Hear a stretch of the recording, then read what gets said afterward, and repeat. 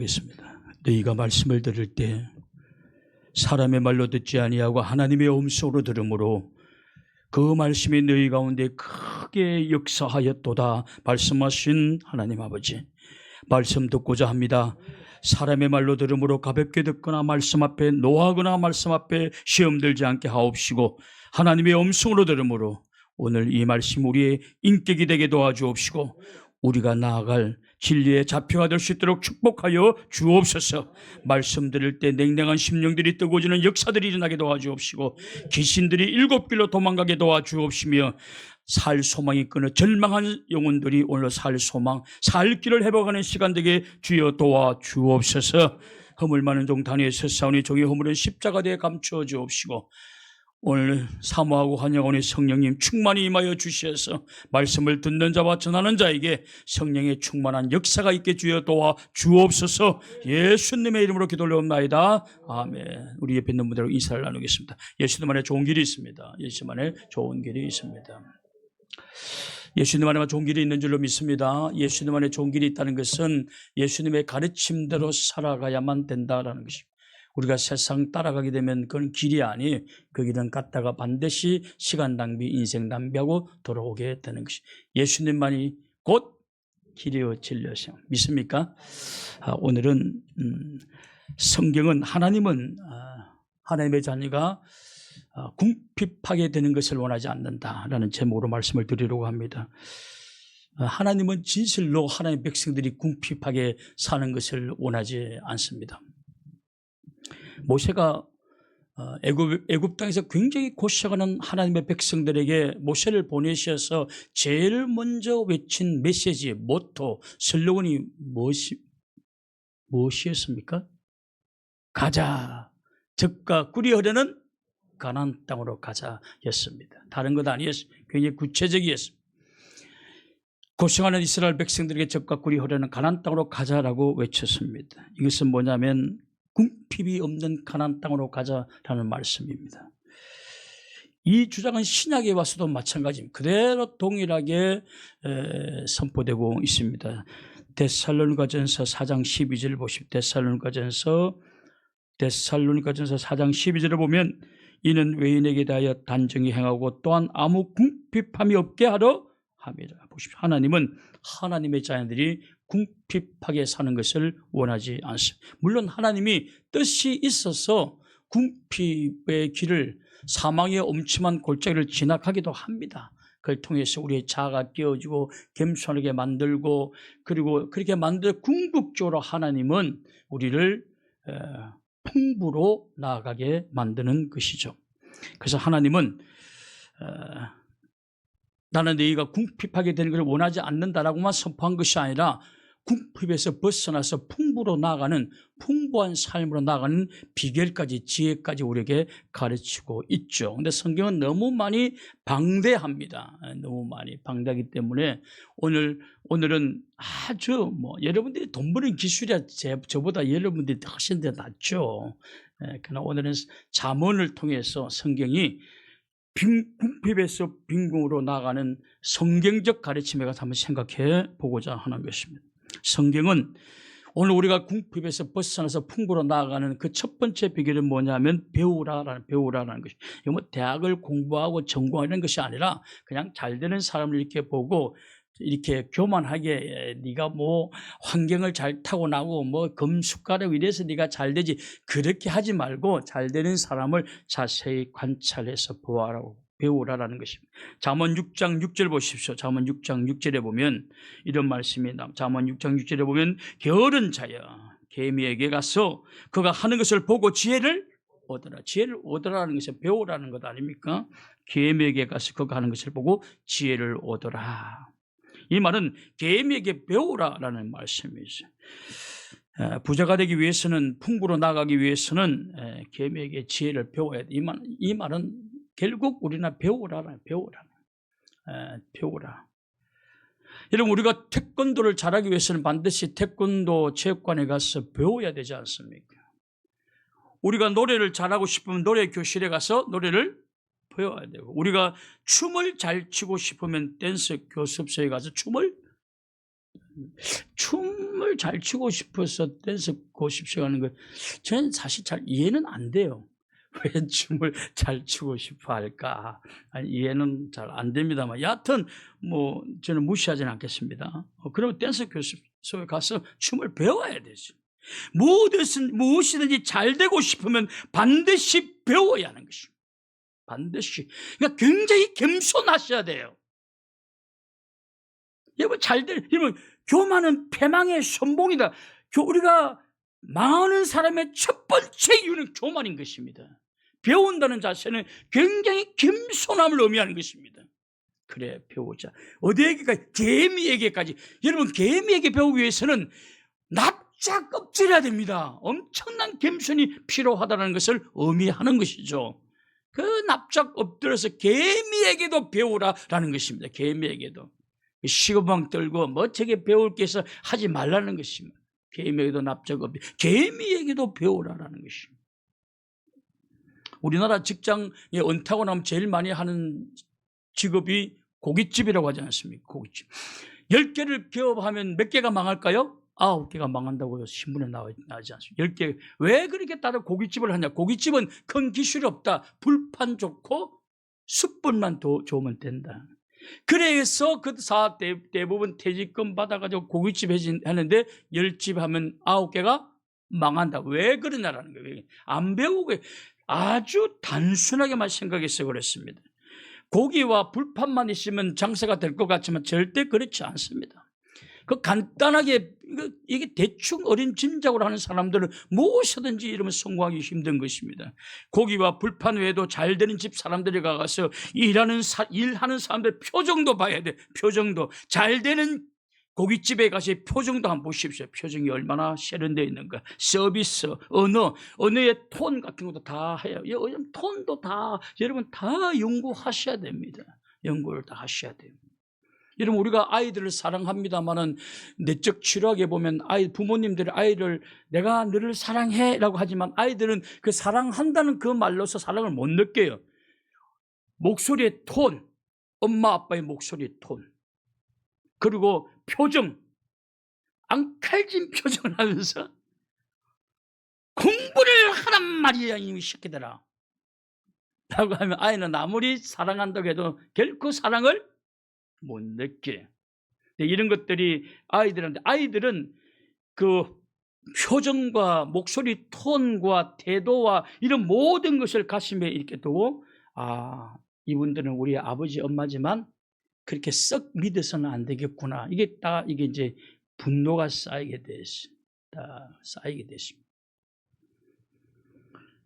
그리고 이것이 심한 사람들은 나중에 이게 쌓였다가 엄마 아빠보다 힘이 좋을 때 되면 독립을 하게 되고 그때부터는 이제 시집장가 엄마 웬만하면 우리 집도 오지 마라는 하게 되죠. 너무 잔소리를 하니까. 그리고 그런 것들이 해결되지 못한 아이들은 나중에 문제아가 되고 말이에요. 이걸 꽉 넣어놨다가 나중에 문제아가 되고 말죠.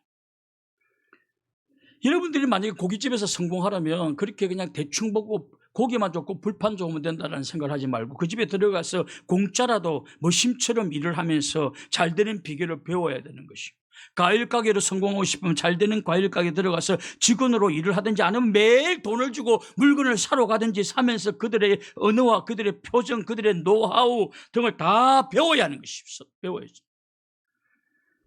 궁핍함에 벗어나려면 반드시 배워야 한다는. 저는 그 가구에 해태의 유명한 투수 누구죠?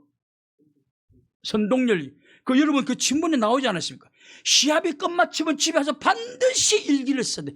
그 어린 아이들이 일기를 여러분 엄청나게 써요. 이럴 때는 이렇게 공이 나고 저럴 때는 어깨가 아프고 다 쓴다는 거예요. 여러분 그렇게 일기 쓴 사람 어디에 있습니까? 결국 그는 위대한 야구 선수가 되는 것입니다. 다 배워야 되는 것입니다. 그들의 표정, 그래서 저는 일본 아이들 보니까요, 여러분 장사하고 싶으면 일본에 좀 갔다 오는 것도 괜찮을 것 같아요. 일본은 보니까 손님들 앞에서 일본 아직도 보니까 가서 다리미빵 가가지고 무릎을 딱 꿇고 자세를 받더라고요.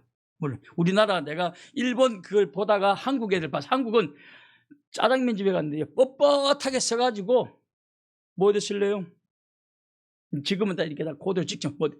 그러니까 내가 앉아서 이렇게 쳐다봐야 돼. 우러러봐야 돼. 근데 일본 애들 그런 애가 별로 없어요. 잘하는 집에 완전히 낮춥니다.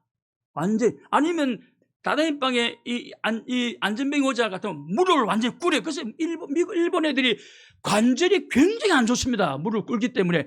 그래서 관절이 안 좋기 때문에 발전한 게 일본 신신파스가 그렇게 발전한 거예요. 아, 진짜입니다. 일본 파스가 굉장히 발달해져요. 그건 내가 우리 아이들 일본 간다 그러면 야, 파스는 꼭 사온나? 소화제하고. 소화제도 굉장히 발달. 왜냐? 일본 애들이 굉장히 소심해요, 사실은. 소심하기 때문에 그냥 이렇게 하는데 속은 똑같지 않습니까? 그러니까 얼마나 부글부글 하겠어요, 참으니까. 그러니까 소화가 안 돼. 소화가 기능이 안 좋아요, 일본 애들. 그래서 발달한 게 뭐예요? 소화제가 발달했다니까요.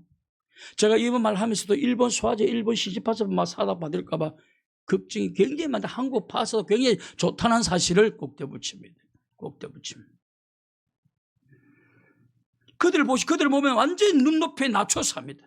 3개월을 배운대요. 내가 이게 몇 프로 된 걸 보니까 3개월을 배웁니다. 3개월. 이게 우르르 보게 만들고 그렇게 하면 안 된다는 거예요. 그러면 여러분 그 집은 잘하게 돼요. 왜냐하면 지금은 초연결 시대라고 하죠. 초연결 시대. 지금은 초연결. 과거에는 옆집과 옆집만 통하고 친한 사람끼리만 이렇게 대화를 나누죠. 지금은 초연결 시대. 그냥 페이스북이나 인터넷에 막 단톡에 올려버리면 어떻게 돼요? 쫙 퍼지는 것입니다. 야, 나 어디 갔는데 바이블 교회 옆집 라면 가게 죽인다. 쫙 퍼지는 거예요. 그 때문에 우리는 한 소자에게도 굉장히 잘 해야 돼요.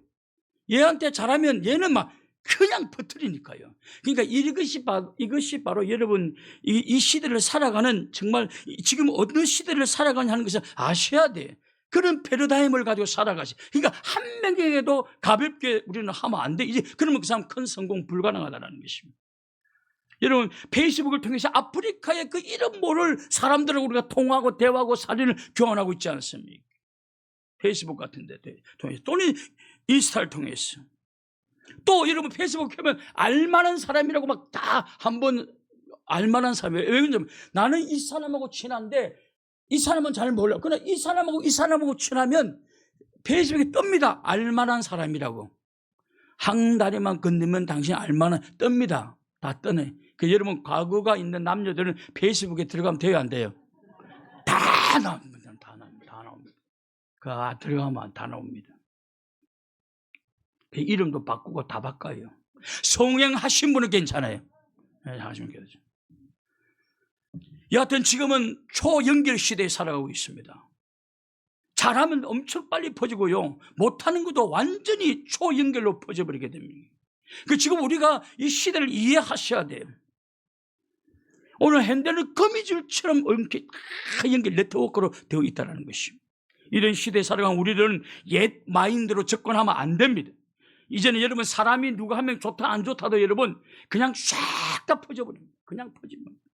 모르는 척 해도 그냥 퍼지는 거예요. 그럼 여러분 우리가 초연결 시대에 살아가는 모든 사람들은 모든 사람들에게 최선을 다하셔야 돼. 경솔하게 함부로 하면 안 돼.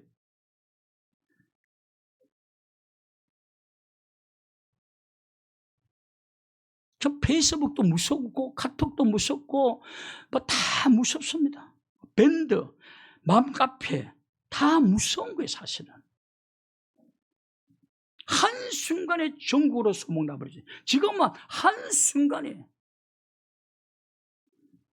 그러면 그 사람이 일이 힘들어집니다. 그래서 여러분 누군가가 나에게 별로 인상 좋지 않는 행동들을 했다 합시다. 그럼 내가 사람들한테 그 사람 난 별론데? 라고 말할 거 아닙니까? 근데 그걸 초연결시 네트워크에 한번 연결시켜 보십시오. 그러면 이 사람은 나는 좋은 사람이다라는 사실을 설득시키기 위해서는 개인적 노력은 불가능한 거예요. 그거는 그냥 사회에 지켜버리고 마는 것입니다. 그래서 여러분들이 만나는 모든 사람들을 여러분 이제 다 잘 하셔야 돼요. 다 잘해야 돼요. 여러분 이제 바이블 그 옆에 라면 가게 기가 막힌다는 게 하면서 야, 천국에서 올 수도 있습니다. 아프리카에서도 온다니까요. 그 라면 먹으러 아프리카에서도 온다니까요. 그래서 여러분 한명하게 지금은 여러분 시금방틀에서는 어떤 것도 불가능합니다. 어떤 것도 불가능합니다. 잘 되려면 이제 지금 우리가 초연결 시대에 살아가고 있다는 사실을 아셔야 돼요. 그러면 이 나쁜 소문이 나기 전에 굉장히 겸손하셔야 돼요. 여하튼 교만하면 안 됩니다. 교만하면 그냥 끝납니다. 그냥 안 돼요. 안 됩니다. 그 겸손하라는 것은 겸손해야 배울 수 있는 거예요. 그러니까 개미에게도 배우라. 얼마나 낮추는 겁니까? 겸손해야 배우는 거예요. 그 시대의 문화를 배우고 노하우를 배우고 그 오늘 본문에도 말하고 있는 개미에게도 배우라는 것입니다. 여러분 유명한 선생님들이 얼마나 많습니까? 그런데도 개미에게도 배운다는 자세를 가져야 된다는 것입니다. 개미에게도. 성공하고 싶은 분들은 다양하게 배워야 되는 것이죠. 배우는 것은 성공이 중요한 요소다. 배울 수 있기를 주님의 이름으로 축원합니다. 배워야 되는. 두 번째로 개미의 무엇을 배워야 되느냐? 개미의 부지런함을 배워야 된다는 것입니다. 자, 6절부터 잠언 6장 6절부터 8절까지 한번 보시기 바랍니다. 게으른 자여 개미에게 가서 그가 하는 것을 보고 지혜를 얻어라. 개미는 두릉도 없고 감독자도 없고 통치자도 없으되 먹을 것을 여름 동안 예비하며 추수 때에 양식을 모으느니라. 읽은 구절에 보면 게으른 자여라고 표현하고 있습니다. 이 게으른 자는 가난해진다고 하지 않습니까? 게으른 자는 개미에 와서 지혜를 얻고, 근데 개미는 두릉도 없고 감독자도 없고 통치자도 없으되 스스로 이 힘든 여름에도 일을 한다는 것입니다. 그래서 개미는 가난한 자가 없다. 가난한 개미는 없다는 것입니다. 무엇보다도 그래서 우리는 개미에게 부지런함을 배워야 되는 거예요. 부지런해야 된다는 것입니다. 하나님은 부지런한 사람을 축복해 주시는 줄로 믿습니다. 그 하나님 부지런해요. 게으른 자는 먹지도 말라. 살 가치도 없다는 뜻입니다. 그냥 부지런하셔야 된대. 잠언 10장 4절 보십시오. 잠언 10장 4절에 보면 손을 게으르게 놀리는 자는 가난하게 되고 손이 부지런한 자는 부하게 됩니다. 이건 그러니까 게으르면 그냥 가난하게 된다는 뜻입니다. 그러나 손이 부지런하면 하나님이 반드시 축복하여 주신다. 그러므로 게을리하고 대충하고 잘 되려고 하면 안 됩니다. 눈가림으로 하고 그렇게 하면 되지 않습니다. 공부하는 아이들 특징들을 보면 여러분 부모가 있든지 없든지 상관없이 부지런히 공부하는 아이들이 이게 자기 주도성이죠. 내가 엄마가 있으니까 공부하는 척 이게 아니라 그냥 내 자기 주도성을 가지고 그냥 나는 지금 공부할 시기 때문에 공부한다. 이런 주도성을 가지고 공부하는 이게 상관없이 그냥 하는 거지. 부모님 오기 전에 막 컴퓨터 하다가 막 게임 막 하다가 신나게 부모님 소리가 딱 나면 딱 꺼버리고 공부하는 척 책팩 공부하는 척 디시에서 뭐 그 부모님 오다가 이 컴퓨터 뜨면 뜨끈뜨끈뜨끈뜨끈해. 알죠? 다 안다. 뜨끈뜨끈하다 말이지. 그러면 그 사람은 그 아이는 사실은 여러분 공부하는 거 이제 이런 포기하십시오. 공부로 성공할 아이들은 아니에요. 공부로 성공할 아이는 아니에요. 공부는 주도성이 있어야 돼요. 주도적으로 하셔야 돼요. 엄마가 있든 없든 안 보든 그냥 주도적으로 할 수 있어야 돼요. 여러분 놀아도 주도적으로 노는 애들이 성공한대요. 주도적으로 노는 아이들이. 우리나라 그 인터넷에서 공부시켜 성공한 그 기업이 뭐죠? 몇조가 이경규하고 동창이라고 그러거든요.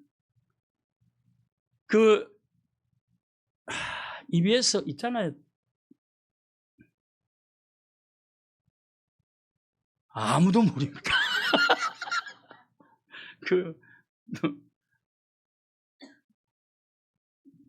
하여튼 거기에 보니까 그 인터넷 과외인데 1년 매출액이 몇 조가 되더라고요. 몇 조가. 그 이경규 동창이 이경규 동창 그 인터넷 학원 한번 해보세요. 이거 다 나오지. 근데 하여튼 나중에 그 찾아보고요. 싹 하면 바로 나옵니다. 너무 유명한 거예요. 공부에 관심 있는 분들이 우리에게 많이 없다는 뜻이에요. 근데 그게 나와가지고 우리 자기네 학교에서 자기는 이제 서울대에 나가 공부 성공하고, 근데 공부 더럽게도 못한 이경규도 성공했다는 거야. 유명하잖아요. 그 왜 하냐면 둘 다 주도적이었다는 거예요. 자기는 서울대 들어갔는데 서울대 들어가는 학생들의 특징이 뭐냐? 주도적으로 공부하는 거야. 선생님 있든 없든 간에 누가 보든 그냥 공부하는 거예요. 그런데 이경규는 그때 뭐냐면 주도적으로 담을 펴서 도망갔대. 근데 주도적으로 담을 펴 도망가는 애들 보고 야 나도 갈까? 따라가는 지금도 따라다니는데 누군가를. 근데 주도적으로 담을 태운 이경규는 우리나라 성공했다는 거예요. 근데 자기도 지금 그게 또 몇 조 회사의 주인공이 되고. 그러니까 주도적이어야 돼. 이러면 주도적이어야 돼.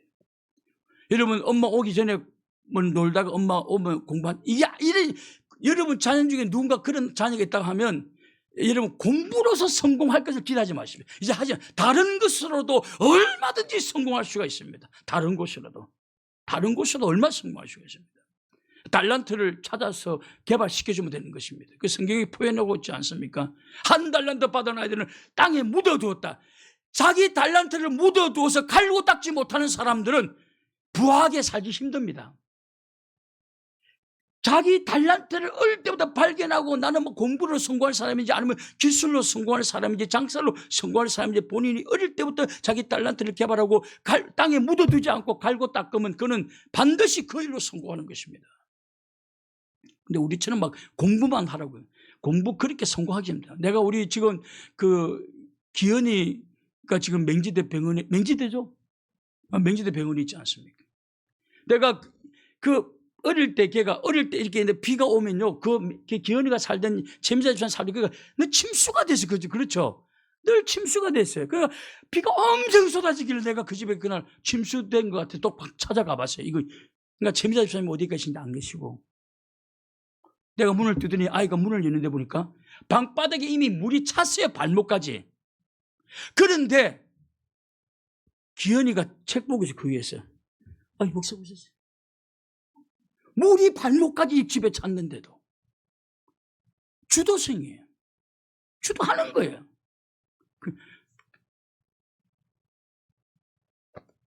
결국에 의사 된 거예요. 의사 됐잖아요.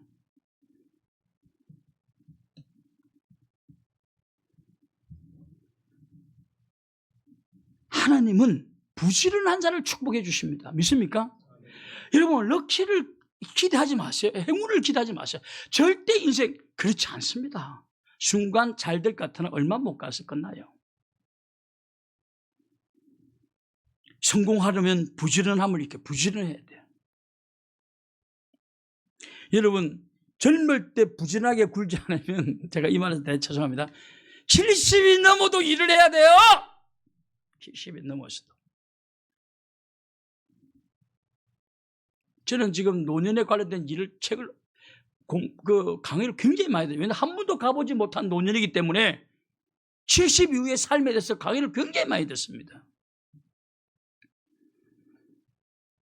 여러분 나이가 들게 되면 딱 세 가지가 이걸 기필코 찾아옵니다. 70 딱 넘어가잖아요. 지금 건강하다고 큰 소리 치지 마세요. 70 넘어가면 필시적으로 찾아온 질병입니다. 70 넘어가지고 안 아픈 사람 한 명도 없습니다. 다 아픕니다. 지금 건강해도 여러분 그 건강은 70 전이니까 다 아픕니다. 다 아파요. 두 번째로 70 넘어가면 오라는 데가 없기 때문에 궁핍함이 이제 수입이 확 줄어듭니다. 확 줄어듭니다. 세 번째로 고독함에 아무도 찾는 자가 없을걸요. 아무도 없습니다. 젊을 때는 여자들은 돈 없이도 놀 수 있어요. 나이 들면 이제 돈이 있어도 안 껴줄 수도 있습니다. 그렇습니다. 여러분 반드시 70 넘어가면 반드시 아픕니다. 누구든지 아픕니다. 여기 있는 저도 아픕니다. 반드시 아픔이 와요. 왜냐하면 인간의 연수는 70이라고 그랬어요. 사실 60부터 아파요. 의사들의 말로는 65세부터 85세까지 약으로 연명해가는 생명이지 건강의 생명은 65세로 끝난대요. 제가 그래도 저는 5년 더 여러분들 서비스로 준 거예요. 70 되는 부분은 다 아픕니다. 무조건 여기 약 안 먹는 사람 손 한번 들어보세요. 70 안 돼도 다 약 먹을 거 대부분. 70 넘어가면요 전부 다 약 먹습니다. 제가 어른들하고 이야기를 한번 나눈 적이 있어요. 우리 집에 나눈 적이 있는데 들어와서 약 이야기 해가지고 나갈 때까지 약 이야기하고 다녀요. 정보 교환하고 이야기. 와, 이렇게 대화하는 데도 있구나. 근데 지금 우리 동기들 만나잖아요. 우리가 지금 그 얘기를 하고 앉았더라고. 그 짓을 하고 앉았더라고. 그러니까 여러분 70 딱 넘어가는 순간 여러분의 삶은 완전히 바뀌어버립니다. 새로 완전히 바뀌어버려요. 아픔이 팍 옵니다. 약을 지금보다 더 많이 먹어야 돼요. 그리고 수입은 확 줄어듭니다. 이제 넓은 집 가지고 있을 필요가 없어요. 지금은 여러분 이제는 우리가 10년 이후에 우리나라 인구가 300만이 줄어든다. 300만 줄으면 300만 같으면 군산의 도시 10개가 사라져버리는 거예요. 10개가. 300만이 줄면. 10년 이후, 15년 이후.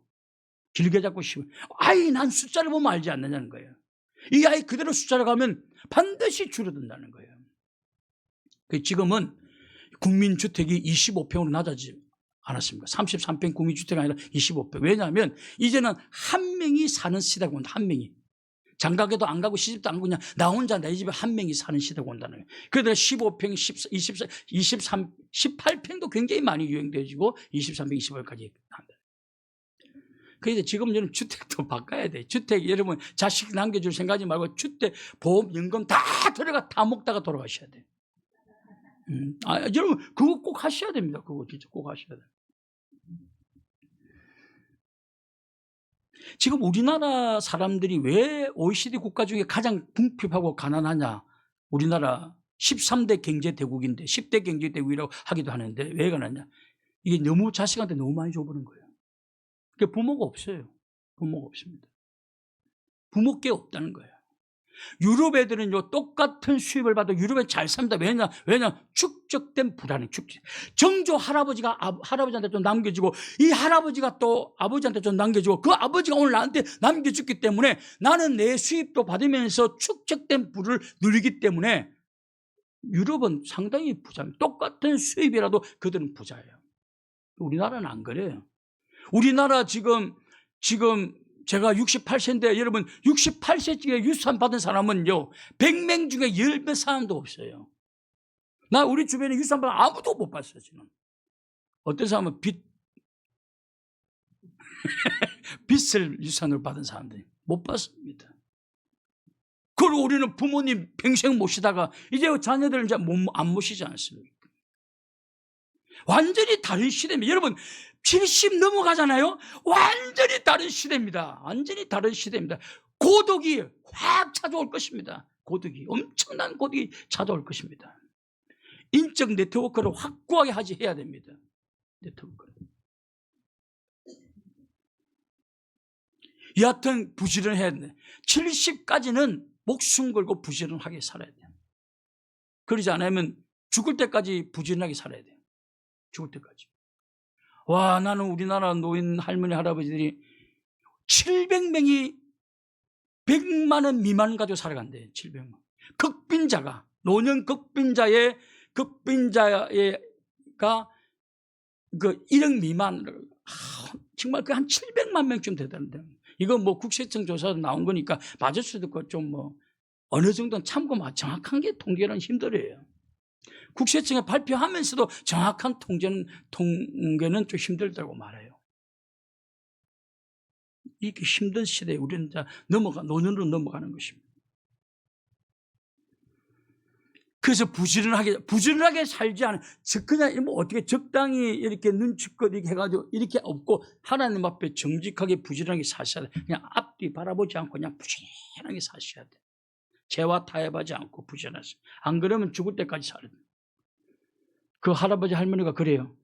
죽을 때까지 일해야 된다는 것 때문에 힘들다고 그래요. 죽을 때까지. 와, 노인들 중에 자기 개인 파산자가 너무 많아요. 그냥 뭐 혜택도 못 받아요. 부지런하게. 그러니까 젊을 때, 조금이라도 젊을 때 여러분, 정말 부지런하게. 개미는 여름에도 일한다고 하지 않습니까? 올 여름에, 여러분, 놀러갈 계획 꾸미던 젊은이들. 여러분, 오늘만 가고 다음부터 올해만 가고. 가십시오. 그러나, 개미는 왜 가난한 자가 없냐? 여름에도 개미는 일한다는 거예요. 잠깐 갔다고 일하라는 거예요. 여러분, 우리나라 손흥민 연봉이 지금 얼마쯤 됩니까? 잘 몰라가지고 이제 인터넷에 쳐보니까 AI에다가 물어봤더니 연봉이 한 200, 300억 가까이, 그것까지 다 합치면은, 광고비까지 합치면, 그러면 한 달에 그냥 1억, 하루에 1억. 여러분, 갑자기, 여러분, 갑자기 그냥, 하루에 1억이, 손흥민 시계가 1억 5천인가 1억이 돼요. 그거 절대 야단치면 안 됩니다. 하루 일당이에요, 걔한테는. 1억짜리 시계가. 하루 일당이에요. 여러분, 그거 매일 1억씩 쓰라 하면 한 달 만에 죽을걸요? 그럼 못 쓰면 쓰고 쓰라면 죽습니다. 피곤해서 죽습니다. 아마 쿠팡에 돌리기 시작하면 한 달에 1억어치 돌리기 누르면 손가락이 닳아서 없어질걸요? 죽는 거예요, 여러분. 근데 그가 하루에 1억씩 버는데 얼마나 부지런하게 살까요? 단체 게임이 훈련이 끝마치고 방에 들어가기 전에 오른발 슈팅 1000번, 왼발 슈팅 1000번 쏘고 방에 들어간다는 거예요. 오른발 슈팅 1000번, 왼발 슈팅 1000번. 보통 부지런한 게 아니에요. 보통 부지런한 게 아니에요. 참고로 손흥민과 그 아버지는 독실한 기독교 신자라는 사실. 신자라는 사실. hen대 정주영 회장이 생전에 아이들을, 자기 자녀들을 모아놓고 늘 이런 말씀을 했다고 해요. 항상 부지런하면 천하의 어려움이 없다. 마찬가지예요. 어느 회사에 들어가든 제일 부지런하게, 월급에 상관없이 제일 부지런하게 살면 천하의 어려움이 없다. 그 걔는 다 사랑받고 다 스카우트 하려고 그러고 다 좋아하지. 그러니까 아버님 요번에 어렵습니다. 이놈의 새끼야, 항상 부지런하면 천하의 어려움이 없다 이놈아. 그렇게 가르쳤다는 거야, 아버지가. 근데 성경에도 그 말이 나옵니다. 자, 잠언 15장 19절. 잠언 15장 19절 한번 보십시오. 잠언 15장 19절에 보면 게으른 자의 길은 가시 울타리 같으나 정직한 자의 길은 대로. 자, 게으른 자의 길은, 게으른 사람들은 인생의 삶이 길이 가시 울타리처럼 힘들다는 것입니다. 그러나 정직한 자의 길은, 여기 정직한 자라는 것은 거짓기나 속이지 않고 정말 정직하게 부지런하게 사는 사람들의 앞길은 대로다. 그 정주영 씨는요, 예수님은 안 믿었지만 성경적인 정신으로 살았기 때문에 부자가 된 거예요. 우리는 예수님은 믿는데, 예수님 말씀을 듣는데 삶은 성경적으로 안 산다는 거예요. 우리는 도리어 세상적인 것들로 삽니다. 부지런한 거는 머리 안 들어가고 눈치 없는 사람이나 하지. 우리 쫙 보면 눈 가림으로 적당히 딱 해가지고 부지런하게, 그건 있을 수가 없어요. 그게 정직하지 못하다는 거예요, 여러분. 오늘 그렇게 말하고 있지 않습니까? 게으른 자의 길은 가시 울타리 같으나 정직한 자의 길은 대로다.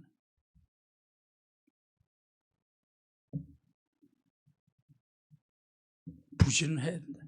여러분, 돈 버는 기술은 저보다 여러분들 좋아요. 그렇기 때문에 성경에 돈 벌 수, 부자가 풍부가 될 수 있는 많은 길이 있지만, 오늘 저는 잠언을 통해서만 바라보고 있는 겁니다. 잠언, 우리가 읽은 본문을 통해서 바라보고 있는 겁니다.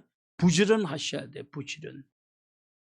마지막으로, 개미에게 배워야 될 마지막 건, 개미에게 저축을 배워라, 저축. 적은 돈이라도 반드시 저축해야 된다. 근데 적금보다는 적금이 좋다고 하지 않습니까? 적금. 여러분, 이 통장에 입출금 되는 통장에는 1억을 넣어놔도 이자가 많지 않습니다. 반드시 뭐 적금을 들거나 아니면 신탁에 맡길 때 이자가 꽤 많더라고 하는데 알아봤어요. 와, 언제쯤 나도 저렇게 한번 살아볼까. 은행 통장에 1억 넣으면 한 달에 1년에 300 이상 뭐 들어오더라고, 이자가. 잘 알아보면.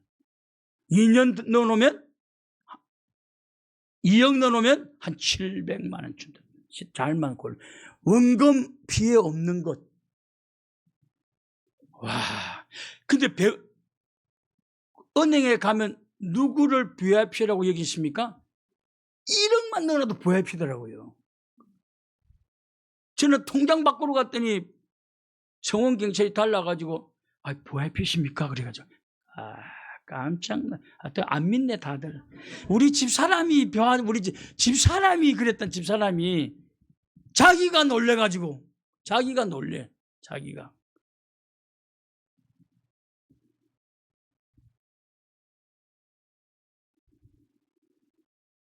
부럽더라고. 와, 그렇구나. 있는 놈이 자꾸 부자 되는 거. 우리는 맨날 이자가 다 바친다고 볼리다.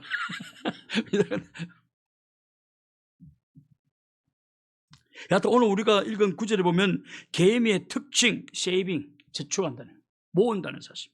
자, 잠언 6장 8절, 잠언 6장 8절 뭐, 잠언 6장 8절. 잠언 6장 8절에 보면 먹을 것을 여름 동안에 예비하며 추수 때에 양식을 모으니라. 보십시오.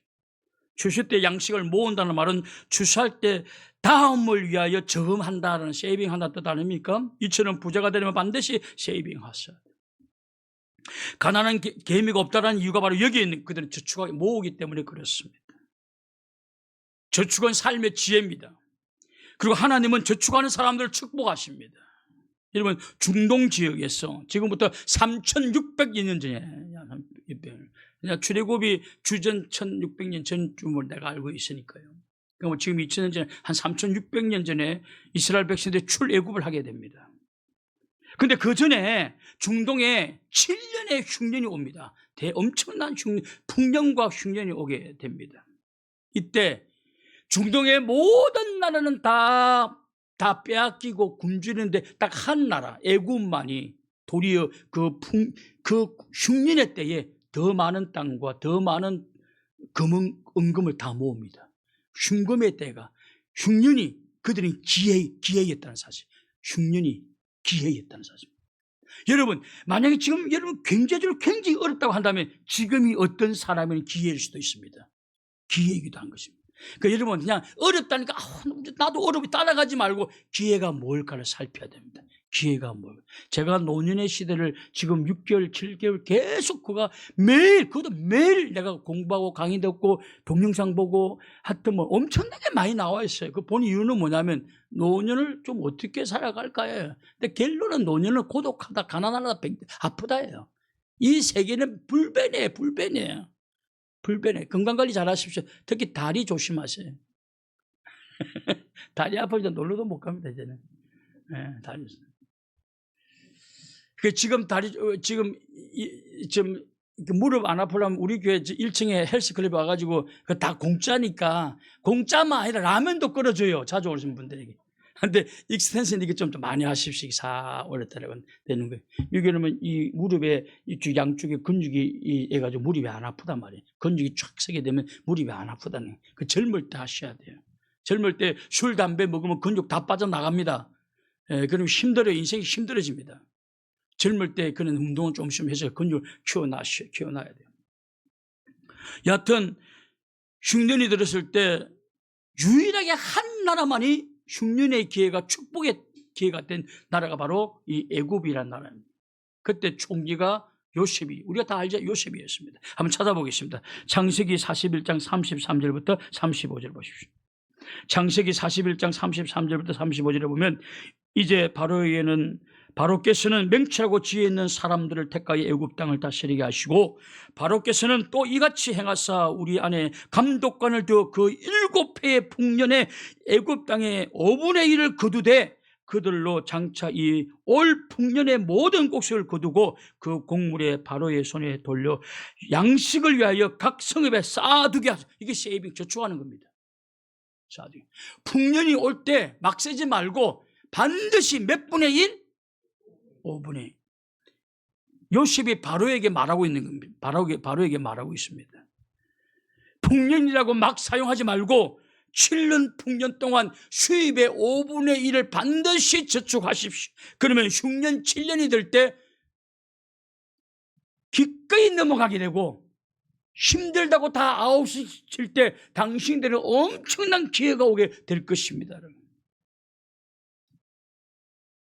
나중에 보십시오. 6년이 되니까 1년 동안 버텼지만 2년 3년 집과 토지와 산 완전히 갖고 와가지고 양식을 달라고 갖다 바치지 않아요. 양식 좀 달라고. 전부 다 그 중동 땅이 애굽의 나라의 지배에 들어가는 것입니다. 이것이 저축하는 사람들이 받아 누리는 축복이죠. 하나님은 저축하는 사람 축복이죠. 영감을, 요셉에게 영감을 준 거예요. 그래서 제가 성경에서 배운 저축의 기준은 5분의 1입니다. 5분의 1. 5분의 1을 반드시 하고, 이건 최하 5분의 1은 하라는 것이고, 7년 동안 시간 꺼내서 하라는 거예요. 7년 동안 하고 꺼내서 하라는 것이죠. 그래야 위기가 와도 극복하고 투자의 기회가 올 때 투자할 수 있다는 것입니다. 7년 동안 세이빙하게 되면요, 여러분 제가 교회를 너무 세상을 모르고 여기까지 왔는데 계측을 하고 오다 보니까 이 삼짓돈이 얼마나 중요한 걸 알아요. 삼짓돈이 큰 돈이 아니에요. 투자할 때 작은 돈이 삼짓돈이에요. 이게 원래는 구리로는 동전 1푼, 2푼, 3푼이 삼지. 이게 3개가 삼지예요. 이게 삼짓돈이에요. 이 삼짓돈이 10개가 합치면 한 양이 되는 거거든요. 조선시대 400년 동안 했던 그 돈의 그 액수다 말이에요. 그거다 말이에요. 너무 작은 거예요. 그런데 그것이 바로 삼짓돈이 그 작은 것이 투자의 기초가 된다. 그 저축의 그 기초가 된다는 거예요. 7년 동안 모아보십시오. 7년 동안. 제가 어떤 분이 이렇게 아프다고 하길래 나이 들면 아픈 사람이나 안 아픈 사람이나 50보, 100보라고 했더니 한 명이 그래도 100보 앞서가는 낫지 않아. 여러분 여기서 100보라는 말은 두드려 맞는 걸 의미합니다. 50대 맞는 죄인이나 100대 맞는 죄인이나 그게 그거다라는 뜻이지 어디 가서 50보 걸어가고 100보 이게 아니기를 바랍니다. 아니기를 바랍니다. 제가 어저께 누가 그러길래 어디 가서 그 말 하지 말아요. 맞는 게 그건 1보, 2보, 3보 이게 아니라 그 옛날에 그게 어디서 나오냐면 옛날에 곤장 맞을 때 글쎄 150대 맞는 죄인이나 100대 맞는 죄인이나 거기서 그 죄인이란 뜻이라. 나이 들면 다 똑같아 그래서 나이 들면 다 똑같아. 근데 여러분 왜 2분의 1도 할 수 있는데 5분의 1 하라고 그랬을까요? 왜? 우리가 여러분 2분의 1을 하게 되면요 허리띠를 완전히 졸라매야 돼요. 그러면 돈 모을 동안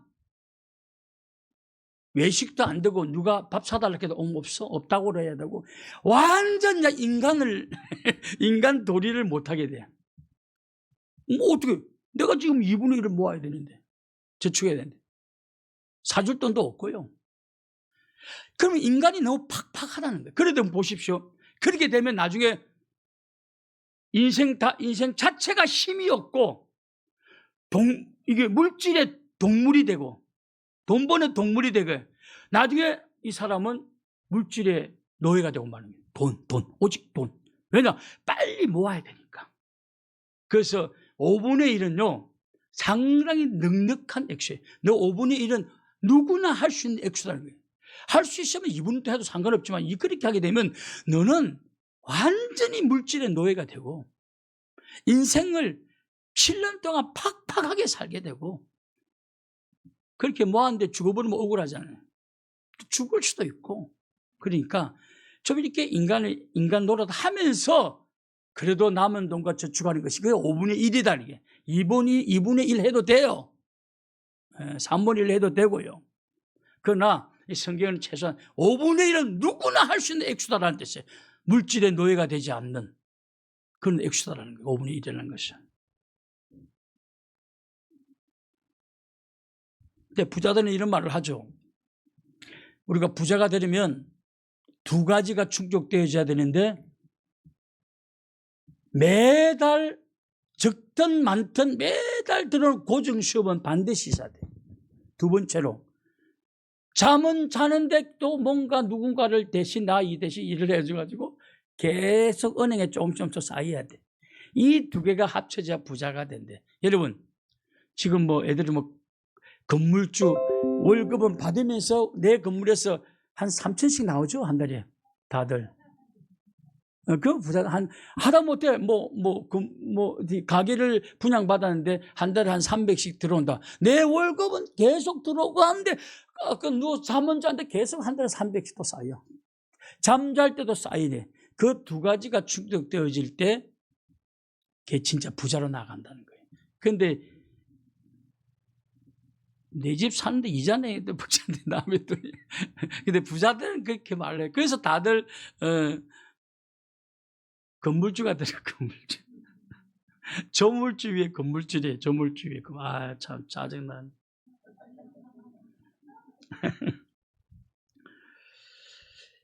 근데 여러분 우리가 열심히 세이빙 해가지고 셀세이빙을 해가지고 우리가 일하는 일정한 수입도 들어오고 그 잠은 자지만 은행에 저축이 한 1억 돼 있어가지고 매달 조금씩 쌓여가지고 한 1년에 한 800씩 꼬박꼬박 또 쌓이면 여러분 그거 세월이 가면 자동으로 부자가 되겠죠. 네, 아니 그건 부자들이 하는 소리예요. 부자들. 우리하고는 먼 거리의 사람인데 그냥 중요한 것은 저축이라도 해가지고 저축이라도 좀 하자는 겁니다.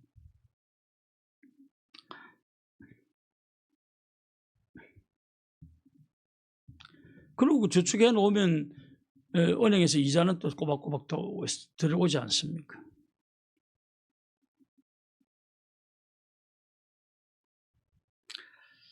근데 궁극적으로 축복은 하나님이 허락해야 된다. 하나님 허락. 한번 찾아보겠습니다. 이 한 군절만 찾아보겠습니다. 사무엘상 2장 7절 8절. 사무엘상 2장 7절 8절. 여호와는 가난하게도 하시고 부하게도 하시고 낮추기도 하시고 높이기도 하시며 가난한 자를 진토에서 일으키시며 빈궁한 자를 거름덤에서 올리사 기적들과 함께 앉게 하시며 영광의 자리를 차지하게 하시는도다. 땅의 기둥들은 여호와의 것이라. 여호와께서 세계를 그들 위에 세우셨다. 보십시오. 하나님이 가난하기도 하시고 부하기도 하신다. 낮추기도 하시고 높이기도 하시고 가난한 자를 진토에서 일으키시며 빈궁한 자를 거름더미에서 올리사 기적들과 함께 하시고 영광의 자리를 차지하게 하신다. 하나님이 다 하신다니. 그러므로 여러분 제가 이런 말씀을 드리냐면 하나님이 다 하시니까 하나님 시킨 대로 해보자는 것입니다. 남들이 뭐라고 해도 배우자는 거예요. 여러분 우리가 설교하게 보면 생선 한 마리를 주고 네가 느끼는 모든 말들을 다 써봐라. 모든 말들을. 그 생선 한 마리를 두고 생선이 뭐 같다 우주 같다 음식 같다 갑자기 그런 생선이 돈을 번다 온갖 20개 30까지 관찰이거든요. 그러니까 설교는 관찰을 많이 해요. 큐티 여러분 잘 하려면 관찰입니다. 한번 쭉 읽어보고 하는 그 사람은 그냥 숙제하는 거예요. 관찰해야 돼. 아주 세밀한 눈으로 관찰하고 또 관찰할 때 남들이 발견하지 못한 게 나오거든요. 설교라는 것은 바로 그거거든요. 관찰 또 관찰. 나중에 이제 이 고등어 한 마리 보고 우주가 보인다고 하는 말까지 나올 정도로 관찰하고 또 관찰하셔야 돼요. 배운다는 게 뭐냐면 바로 관찰하는 거예요. 대충 고기가 있고 불판 마시면 된다. 이건 관찰을 안 한 거예요. 그냥 본 거예요. 그 현상만 본 거예요.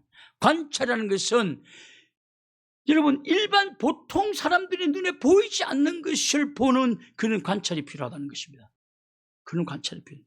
그들의 언어와 그들의 표정과 그들의 노하우와 그들의 옷과 이 다 관찰을 하셔야 돼요. 그렇게 배워야 돼요. 그래서 배우고 주님 말씀대로 부지런하고 부지런하는 마음이 무조건 부지런을 하셔야 돼요. 부지런. 그리고 세 번째는 뭐죠? 세이빙, 저축하고 여하튼 저축하고. 그러면 주님이 이렇게 보시다가 쌈짓돈이 모여서 7년 동안 조금씩만 모아도 지금 꽤 액수되고요. 그때 여러분 또 그거 투자할 것이 없으면 또 은행에 넣어놓으면 또 이자 붙으면서 또 7년 동안 또 적금되고 저축하면 또 뭐 그때 합쳐서 여러분 또 뭔가 할 수 있는 거예요. 뭔가 하나님은 저축하는 사람들에게 기회를 주신다니까요. 여러분 요셉이 저축했더니 여러분 중동의 전체를 땅과를 다 먹을 수 있는 기회가 그게 주어지지 않았습니다. 14년 만에. 하나님은 가난하게 하시고 부하게도 하신다. 하나님이 다 하신다. 그렇다면 하나님 방법대로 해보자는 것입니다. 잘하는 사람들에게 배웁시다. 할렐루야. 배우기 위해서는 겸손하셔야 돼요. 교만한 사람은 절대 배우지 못합니다. 절대 배우지. 겸손하셔야 돼요. 개미에게 배우기 위해서 납작 엎드려야 하지 않습니까? 개미에게도 배울 것이 있다는 생각을 가지셔야 돼요. 그리고 부지런하셔야 됩니다. 정말 여러분 정말 부지런하셔야 됩니다. 최소한 5분의 1은 저축하자는 것입니다. 이게 하나님이 우리에게 보여준 방법이에요. 세상 사람들 이거 우습게 볼 수도 있습니다. 그럼 그럼 하나님이 가난한 자를 일으키시고 하나님이 가난한 자를 귀족과 함께 상먹게 높이시고 그들과 함께 먹게 하시고 할렐루야. 하나님의 방법으로 해보자는, 제발 세상적인 방법을 하지 말고 하나님의 방법으로 빈곤에서 풍부로 나아갈 수 있기를, 빈궁에서 풍부로 나아갈 수 있기를 주님의 이름으로 축원합니다.